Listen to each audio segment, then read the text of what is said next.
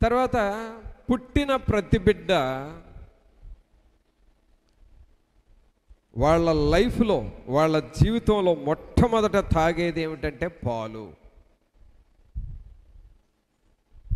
ప్రతి ఒక్కరి జీవితం, ఈ ప్రపంచంలో ఎన్ని కోట్ల మంది ఉన్నా సరే ప్రతి వ్యక్తి కూడా వాళ్ళ జీవితాన్ని పాలుతో ప్రారంభిస్తారు. మన దేశంలో పిల్లలు పాలు తాగటం, వేరే దేశంలో పిల్లలు ఇంకొకటి తినటం అయ్యే ఉండవు.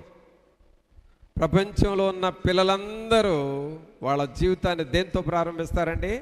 పాలతో ప్రారంభిస్తారు.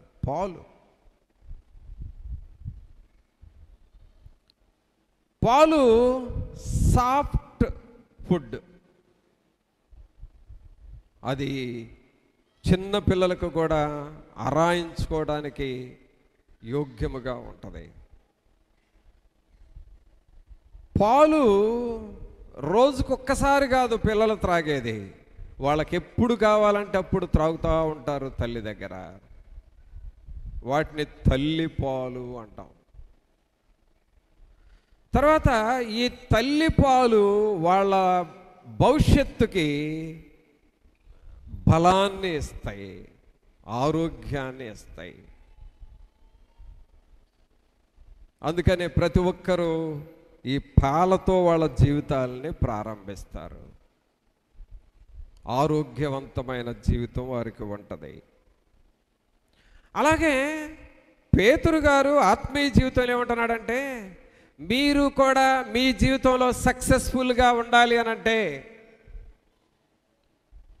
మీ యొక్క జీవితాలు అభివృద్ధికరంగా మారాలి అనంటే వాక్యం అనే పాలతో మీ జీవితాలని ప్రారంభించండి. ఆమేన్. దేవుని వాక్యముతో ప్రారంభించండి. వాక్యము నీకు పాలు, వాక్యము నీకు మంచి పోషక పదార్థం, వాక్యము నీకు ఆరోగ్యము, వాక్యము నీకు స్వస్థత. పిల్లలు పాలు త్రాగమంటున్నారు, చివరికి బలహీనులు రోగులను కూడా పాలు త్రాగండి అంటున్నారు. అంటే పాలు వీళ్ళు త్రాగాలి, ఫలానా వాళ్ళు త్రాగకూడదు అనేది లేదు, అందరూ త్రాగవచ్చు పాలు. పేతురు గారు రాస్తున్నాడు, ఈ వాక్యమైన నిర్మలమైన పాలు మీరు త్రాగండి. దేవుని వాక్యాన్ని మీరు బాగా చదవండి. ఈ వాక్యమైన పాలు నీ ఆత్మను బలపరుస్తే నిన్ను కాపాడుతూ ఉంటాయి. ఈ వాక్యమైన పాలు త్రాగుతూ ఉన్నప్పుడు నీ ఆత్మీయ జీవితం ఎలాగో కాపాడుకోవాలో నీకు అర్థమవుతూ ఉంటుంది. దేవుని వాక్యాన్ని చదువుతూ ఉంటే, దేవుని వాక్యాన్ని ధ్యానం చేస్తూ ఉంటే నీలోనికి పవిత్రత వస్తుంది, పరిశుద్ధత వస్తుంది. దేవుని వాక్యాన్ని దివారాత్రులు ధ్యానం చేస్తూ ఉంటే నీ మీద పనిచేస్తున్న చీకటి శక్తులు ఉన్నవే అవి పారిపోతూ ఉంటాయి. ఎందుకంటే వాక్యములో జీవముండెను, ఆ జీవము మనుషులకు వెలుగై ఉండెను. మరి సాతానుడి క్రియలు నీ మీద ఏదైనా ఉంటే ఆ వెలుగు నీ దగ్గరకు వచ్చింది కాబట్టి చీకటికి గుర్తైన సాతానుడి క్రియలన్నీ పారిపోతాయి. ఆందోళన, కలవరము, అలాగే తుళ్ళిపడటము, వెర్రి కేకలు వేయటము, పిచ్చి పిచ్చి మాటలు మాట్లాడటం, చీకటి పనులు చేయటం, ఇవన్నీ సాతానుడి గుర్తులు. వాక్యము నీ లోపలికి వచ్చే కొలది అవన్నీ నిన్ను విడిచి పారిపోతూ ఉంటాయి. అలాగే దేవుని వాక్యము చదువుతున్నావు కాబట్టి రక్షణలో ఎదుగుతూ ఉంటాం. రక్షణలో కొన్ని స్టెప్స్ ఉన్నాయి ప్రియులారా, కొన్ని స్టెప్స్ ఉన్నాయి. మారు మనసు పొందటం ఒక్కటే కాదు, మారు మనసు పొందిన తర్వాత బాప్తిసం తీసుకోవటం అది ఒక్కటే కాదు, అది ఫస్ట్ స్టెప్పే రక్షణలో. ఆ తర్వాత నీవు దేవుని స్వరం వినే వ్యక్తివిగా మారాలి. ఆ తర్వాత దేవునికి యాజకుడుగా, దేవుని పని చేసే యాజకత్వంలోనికి రావాలి. ఆ తర్వాత యేసుక్రీస్తుకి శిష్యుడుగా మారాలి, అపొస్తలుడుగా మారాలి. ఆ తర్వాత ప్రవక్తగా మారాలి, దైవజనులుగా మారాలి. ఇన్ని స్టెప్స్ ఉన్నాయి రక్షణలో. మనమేదో ఆ ఫస్ట్ స్టెప్ పట్టుకొని ఇక ఏదో భక్తి అయిపోయింది అని అనుకుంటున్నాము. మొదటి స్టెప్పులోనే మన భక్తి ఆగకూడదు. రక్షణ విషయంలో ఎదుగు నిమిత్తము మన శరీర వయస్సులో ఎదుగుతున్నాం కదా. 2 సంవత్సరాల పిల్లలనేమో మరి శిశువు అంటాము. అదే 5 సంవత్సరాలు వచ్చేసరికి బాల్యము అంటావు. మరలా 12, 13 సంవత్సరాలు వచ్చేసరికి కౌమార దశ అంటాము. మరి 19, 20 సంవత్సరాలు వచ్చేసరికి యవన దశ అంటున్నాము. ఓ 35, 40 సంవత్సరాలు వచ్చేసరికి వయోజనులు అంటున్నాం. 60 వచ్చేసరికి వృద్ధులు అంటున్నాం. 70 వచ్చేసరికి ముసలోళ్ళు అయిపోయారు. మారట్లా వయసు. అలాగే రక్షణలో కూడా మారు మనసు పొందేది మొదటి స్టెప్ అయితే, ఆ తర్వాత నువ్వు దేవుని స్వరం వినే వ్యక్తిగా ఉండాలి, పరిచారకుడుగా మారాలి. ఈ పరిచర్య చేసిన తర్వాత కొంతకాలానికి దేవుని సేవకుడుగా, యాజకుడుగా మారాలి. యాజకత్వం కొంతకాలం చేసిన తర్వాత నీవు దేవునికి దాసుడుగా, దేవుని యొక్క శిష్యుడుగా మారాలి. శిష్యుడు అనంటే ఎప్పుడూ దేవునికి అందుబాటులో ఉండేవారు. శిష్యుడుగా ఉన్న నీవు ఆ తర్వాత అపోస్తలుడుగా, దేవుని చేత బలంగా వాడబడే వ్యక్తిగా మారాలి. అపోస్తలుడు దశలో నుండి రాబోయే కాలాలను గురించి ప్రవచించే ప్రవక్త దశకు ఎదగాలి. ఆ ప్రవక్త స్థాయిలో నుండి వెళ్ళిన తర్వాత ఒక కాపరిగా, ప్రధాన కాపరిగా మారాలి. ఇవి స్టెప్స్. నీ లైఫ్లో ఇలాగ ఎదుగుతూ ఉండాలి. ఇలాగూ ఎదిగే వాళ్లకు ఓటమి అనేది ఎన్నడూ రాదు. ఇలాగూ ఎదగాలి అనంటే దానికి బేసిక్ ఏమిటంటే దేవుని వాక్యం అనే పాలు నువ్వు త్రాగుతూ ఉండాలి. పిల్లరా, బైబిల్ అందరం చదువుతాం, కానీ పోయిన సంవత్సరం బైబిల్ చదివావు, ఈ సంవత్సరం బైబిల్ చదువుతున్నావు. పోయిన సంవత్సరం నీకు అర్థం కాని విషయాలు ఈ సంవత్సరం బైబిల్ చదువుతుంటే నీకు అర్థం కావాలి. ఎవరు చెప్పనవసరం లేదు, ఏ పుస్తకం చదవనవసరం లేదు, నువ్వు చదువుతుంటేనే నీకు అర్థం కావాలి బైబిల్. పోయిన సంవత్సరం అర్థమైన స్థాయి కంటే ఈ సంవత్సరం ఇంకొంచెం హెచ్చు స్థాయిలో నీకు బైబిల్ అర్థం కావాలి. మరొక సంవత్సరం బైబిల్ చదివితే ఇప్పుడున్న అండర్స్టాండింగ్ కంటే రాబోయే కాలంలో ఇంకా ఎక్కువ నీకు అర్థం కావాలి. అంటే అంచెలంచెలుగా దేవుని వాక్యాన్ని నువ్వు అర్థం చేసుకోవాలి. అది ఎవరు చేస్తారంటే దేవుని ఆత్మ నీలో ఉండి, పరిశుద్ధాత్ముడు నీ అంతరంగంలో దాగి ఉండి ఎప్పటికప్పుడు నీకు కావలసిందంతా చెబుతాడు. ఒకేసారి ప్రవక్తలకు వచ్చినంత ఆలోచన నీకు రాదు, కానీ నీకు ఎంత కావాలో, నీకు ఏది అవసరమో అంతవరకు నీకు బోధిస్తాడు. ఇది ఎవరు చేస్తారంటే పరిశుద్ధాత్మ దేవుడు మనలో ఉండి చేపిస్తూ ఉంటాడు.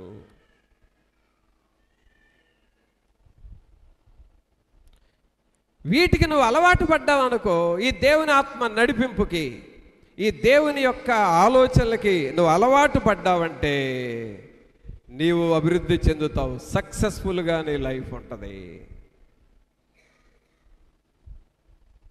అందుకనే ఇక్కడ ఏమని చదువుతున్నాం? క్రొత్తగా జన్మించిన శిశువులను పోలిన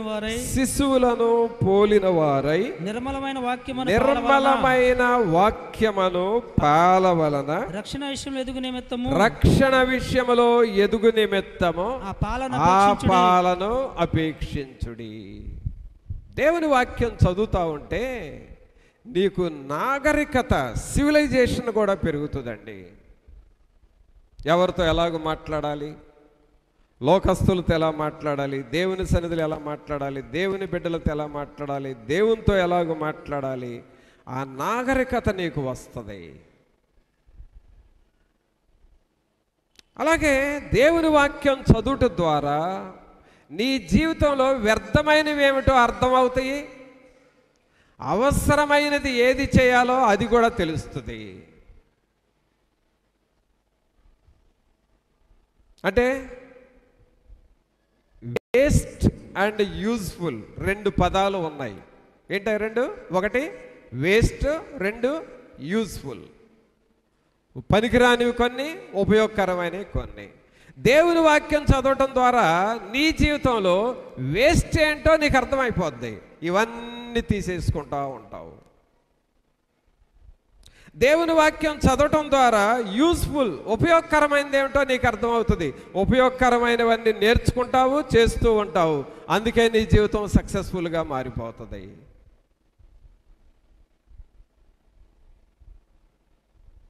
కావున ఈ వాక్యాన్ని యవ్వన కాలంలోనే బాగా చదవాలి. యవ్వన కాలంలోనే దేవుని వాక్యం బాగా చదవాలి. ఎందుకంటే వేస్ట్ అంతా, ఆ లోకంలో ఉన్న వేస్ట్ అంతా లోపలికి వచ్చేది ఎప్పుడయ్యానంటే మంచి యూత్ టైమే. అందుకనే దేవుని వాక్యంలో ఉంది, యవనులు దేని చేత తమ నడతను శుద్ధిపరుచుకొందురు, నీ వాక్యమును బట్టి జాగ్రత్తగా చూచుకొనుట చేతనే కదా. దేవుని వాక్యాన్ని నువ్వు బాగా యవన కాలంలో చదివితే వేస్ట్ నీ లోపలికి రాదు. వేస్ట్ నీ లోపలికి రాదు. అందుకనే విలియం కేరీ అనే దైవజనుడు ఒక కొటేషన్ చెప్పాడు. ఏమన్నాడంటే, carry your Bible in your youth, Bible will carry you in your old age అన్నాడు. యవన కాలములో దేవుని వాక్యాన్ని మొయ్యి, అంటే బైబిల్ను నువ్వు మొయ్యి, అంటే చదువు, వాక్యాన్ని బాగా చదువు, నేర్చుకో. నువ్వు ముసలోడు అవుతావే, నువ్వు ముసల్దాని అవుతావే, నిన్ను మోస్తుంది. సోదరుడా, సోదరి, రక్షణ విషయంలో ఎదుగు నిమిత్తము ఈ వాక్యాన్ని నువ్వు బాగా చదవాలి. కొద్దిమంది ఈ సంవత్సరం బైబిల్ చదివేవాళ్ళు ఆల్రెడీ నాకు కొద్దిమంది చెప్పారు, అన్నా బైబిల్ పూర్తి చేసావు, సెప్టెంబర్ నెలకే బైబిల్ చదవటం పూర్తయిందని కూడా చెప్పారు. దేవుని వాక్యాన్ని చదవండి. ఒకవేళ నువ్వు యవన కాలంలో చదవలేదేమో, ఇప్పుడైనా నువ్వు దేవుని వాక్యాన్ని చదువు. నీ అపజయము జయముగా మార్చబడుతుంది, నీ ఓటమి గెలుపుగా మారుతుంది.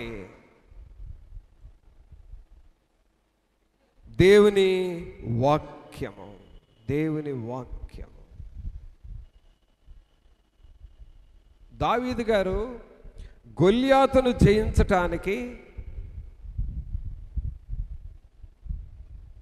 మిగిలిన వాళ్ళలాగా భయపడకుండా ధైర్యంగా ఉండటానికి కారణం ఏంటి అని అంటే, ధైర్యంగా ఉండటానికి కారణం ఏంటంటే, ఆ గొల్యాతును చూచినప్పుడు అతనిలో దేవుని వాక్యము లేదు అని గ్రహించాడు.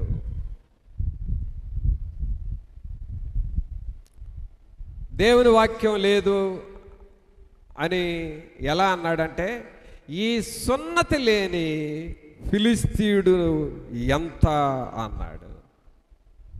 అతనిలో దేవుని వాక్యం లేదు.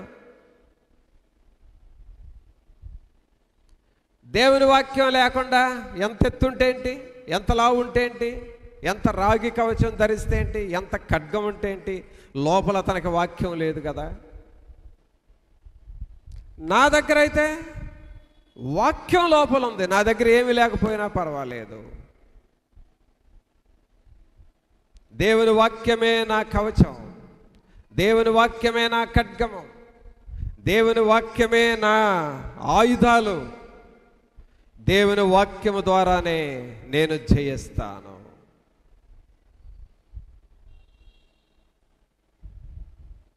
సోదరుడా సోదరి, దేవుని వాక్యాన్ని చదవండి. మీరు పనుల్లో పడిపోయి బైబిల్ని మూల పెట్టబాకండి. చీపురుని మూల పెట్టినట్టు బైబిల్ని మూలన పెట్టబాకండి. చెమట పట్టినప్పుడు కర్చీపుతో తుడుచుకొని ప్రక్కన పెడతామే, బైబిల్ని అలాగ ప్రక్కన పడేయొద్దు.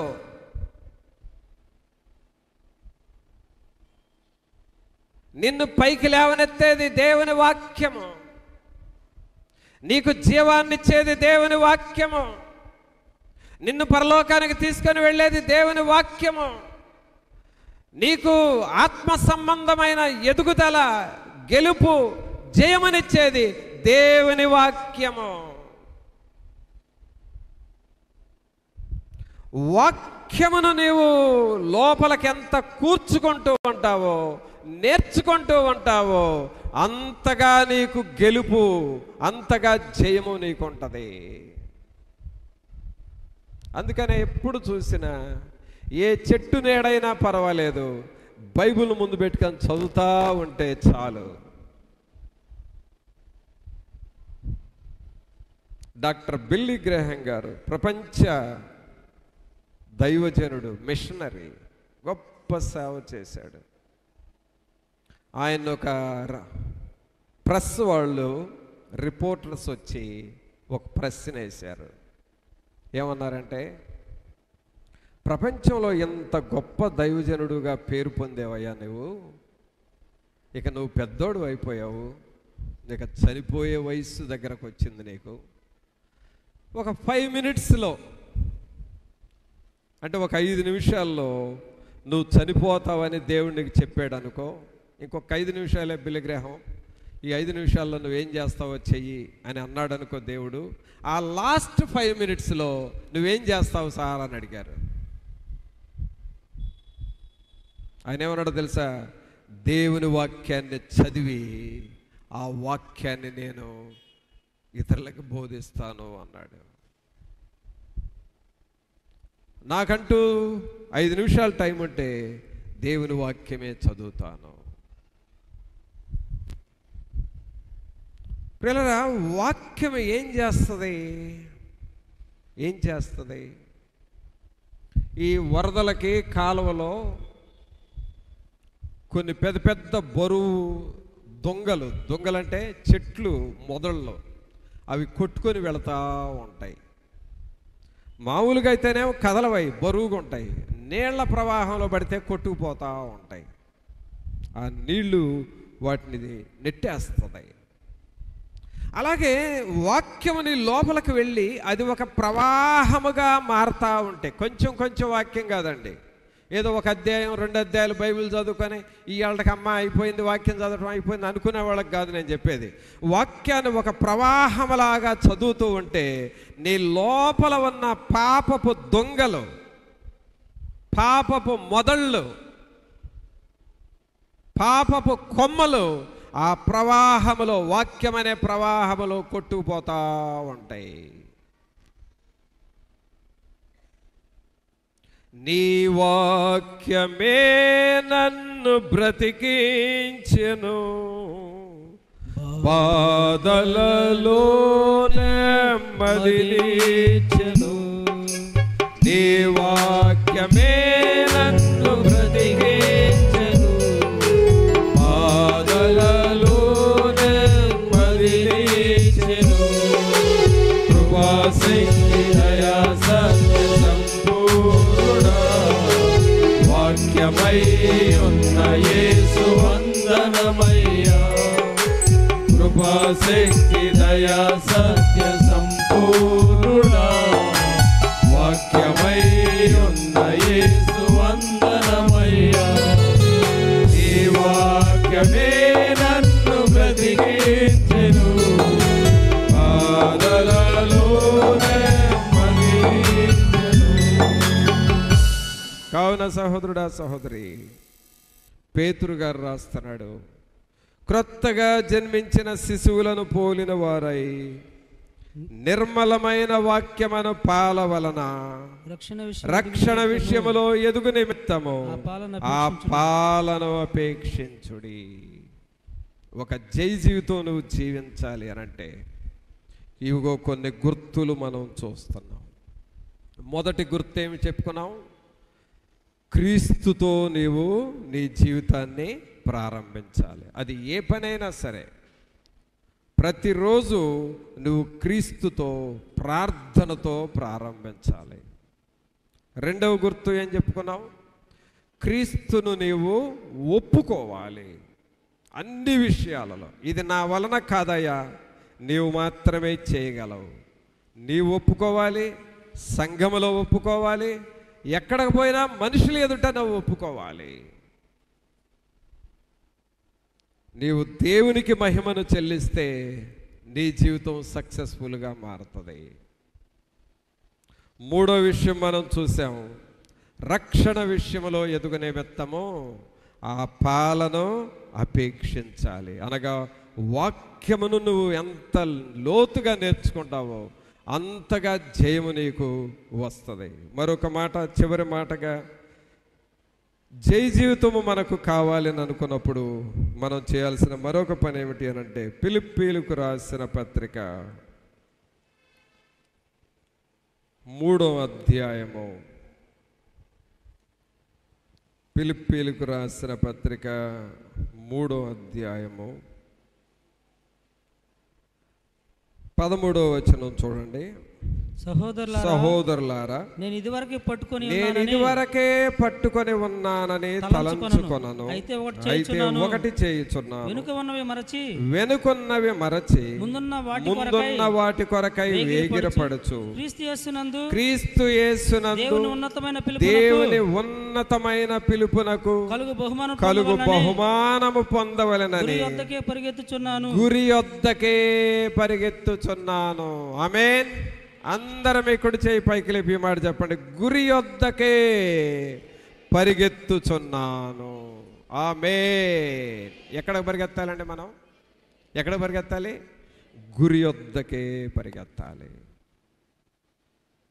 నీ గురి మారకూడదు. పౌలు గారు అంటున్నాడు, వెనుకొన్నవి మరచి ముందున్న గురి దగ్గరికే వెళుతున్నాను. మనం కూడా పాడతాం కదా, నా గురి నీవేన ప్రభువా, నా గురి నీవేన ప్రభువా. చూడండి, ఒక గురి ఉండాలి నీ జీవితంలో సహోదరుడా. మారుతా ఉండకూడదు, డైవర్ట్ అవ్వకూడదు. ఆదివారమేమో దేవుడే నాకు గురి అనుకోవటం, సోమవారం నుండి ఇంకొకటి గురి పెట్టుకోకూడదు. దేవుని వాక్యమే నా గురి, దేవుని సిలువ నా గురి. దేవుని దగ్గరకు వెళ్ళాలి, ప్రభువుకి చెంత చేరాలి, ఆయన దరికి రావాలి. నువ్వు గురి పెట్టుకొని జీవించాలి. పౌలు గారు, నా గురి నీవే, నాకు ఈ లోకంలో ఏది అక్కర్లేదు, నీవే నా గురి, నీ దగ్గరకే నేను వస్తున్నానని చెబుతూ ఉన్నాడు. గురి పెట్టుకొని నువ్వు బ్రతికితే, గురి పెట్టుకొని ప్రార్థన చేస్తే, గురి పెట్టుకొని దేవుని వైపు చూస్తూ ఉంటే ప్రభువు నీకు జయమిస్తాడు. మరి అలాగూ సిద్ధపడదామా? ప్రార్థన చేసుకుందాం. ఒక నిమిషం అందరం మోకరించి ప్రభు సన్నిధిలో, ప్రభా నేను గురి కలిగి జీవించాలి నాయన, గురి లేని జీవితం నేను జీవించకూడదు, గురి కలిగి మీ కొరకు నేను బ్రతకాలి అని నువ్వు ప్రభువుని అడుగుతావా? అందరము దేవుణ్ణి అడుగుతాము. పరిశుద్ధాత్ముడు మనతో ఉండి మనల్ని నడిపించాలి అని.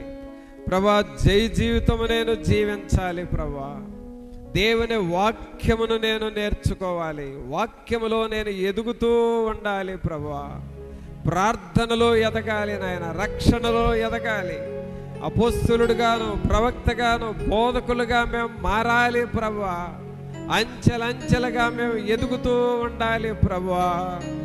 అట్టివారిగా మమ్మలను చేయండి అని ప్రభువుని అడుగుతావా? సహోదరుడా సహోదరి, తల్లి తండ్రి, నిన్ను నువ్వు పరీక్ష చేసుకొని పరిశుద్ధాత్ముడా నన్ను ఆత్మలో పెంచండి, నా గురి నీవే, నీ వైపే నేను చూస్తున్నాను అని నువ్వు దేవుణ్ణి అడుగుతావా? పరిశుద్ధుడైన మా ప్రభువా, మీకు స్తోత్రాలు వందనాలు చెల్లిస్తూ ఉన్నాము. మహోన్నతుడా, మహాగణుడా, మా ప్రభు అయిన యేసు, మిమ్మల్ని స్తుతిస్తూ ఉన్నాం. మీరు మా దేవుడవు, మా రక్షకుడవు ప్రభువా.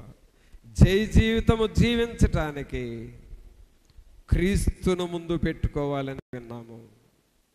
జై జీవితము జీవించాలి అనంటే అన్ని సమయాలలో మిమ్ములను ఒప్పుకోవాలి. మీ ఉన్నతమైన వ్యక్తిత్వాన్ని మేము ఒప్పుకోవాలి ప్రభువా. అలాగే జై జీవితము జీవించటానికి రక్షణలో ఎదుగు నిమిత్తం వాక్యమును మేము ధ్యానము చేయాలి. ఆ వాక్యము మాలో పనికిరాని వాటిని తొలగించి శ్రేష్టమైన వాటిలో మమ్మల్ని పెంచుతుంది కదా మీ వాక్యము. అట్టివారిగా మమ్మలను చేయండి. గురి కలిగి మీ సన్నిధి వైపు చూసువారిగా మమ్మల్ని అందరినీ చేయండి. మీ సన్నిధి, మీ సమాధానం మాలో ప్రతి ఒక్కరితో ఉంచి నడిపించి మహిమ పొందమని నజరేయుడైన యేసు నామమున అడిగి వేడుకొనుచున్నాము తండ్రి. ఆమేన్.